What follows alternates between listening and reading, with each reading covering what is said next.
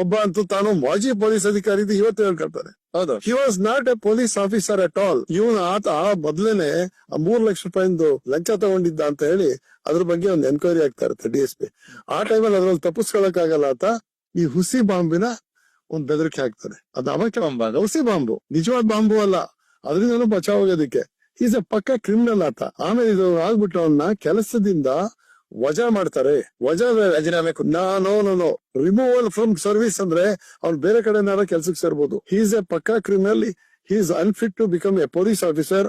ಇವನು ಇಲಾಖೆ ಒಂದು ದೊಡ್ಡ ಪ್ರವಾದ ಅಂತ ಹೇಳಿ ಕಿತ್ ಬಿಸಾಡೋದ್ರ ಹತ್ಲಾಗಿ. ಅಲ್ಲಿಂದ ಬಂದು ರಾಜಕೀಯ, ಆಮೇಲೆ ಅಲ್ಲಿ ರಾಜಕೀಯ ಮಾಡಿ ಬಿಜೆಪಿ ಅವ್ರು ಏನೋ ಒಂದ್ ಜಾಗ ಕೊಟ್ಟಿದ್ರು, ಅಲ್ಲೂ ಕರಪ್ಷನ್ ಮಾಡಿ ಈಗ ಅವನಿಗೆ ನಿಶ್ಚಿತ ಉದ್ಯೋಗ ಇಲ್ಲ. ಅಲ್ಲಿ ಬಂದು ಪರಾನ್ನ ಪುಷ್ಟನಾಗಿ ಬೆಳೀತಾ ಇದ್ದಾನೆ. ಏನಿದೆ ಅವನಿಗೆ ಕೆಲಸ? ಕುದ್ರನ್ ಬೈಯೋದೇ ಕೆಲ್ಸನಾ ಅಥವಾ ಯಾರೋ ಮೇಲೆ ತಾರು ಬೆಳೆದು ಬಿಟ್ರೆ ಇವನು ಇದಾಗತ್ತಾ? ಇದು ಸೌಜನ್ಯದ ಬಗ್ಗೆ ಏನಿದೆ ಇವನಿಗೆ? ಮಾತೆತ್ತಿದ್ರೆ ಸೌಜನ್ಯದ ಇಶ್ಯೂ ಸ್ಟಾರ್ಟ್ ಮಾಡ್ತಾರೆ.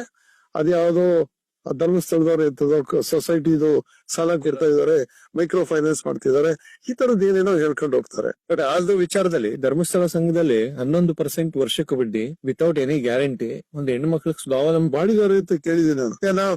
ನಾವ್ ಏನ್ ಮಾತಾಡಿದ್ರು ಇವರ ಹೆಗಡೆ ಅವ್ರ ಪರ ದುಡ್ಡು. ನಾನು ಹೆಗಡೆ ಅವ್ರ ಪರನೂ ಅಲ್ಲ, ವಿರೋಧಿ ಆಗಕ್ ಸಾಧ್ಯನೂ ಇಲ್ಲ.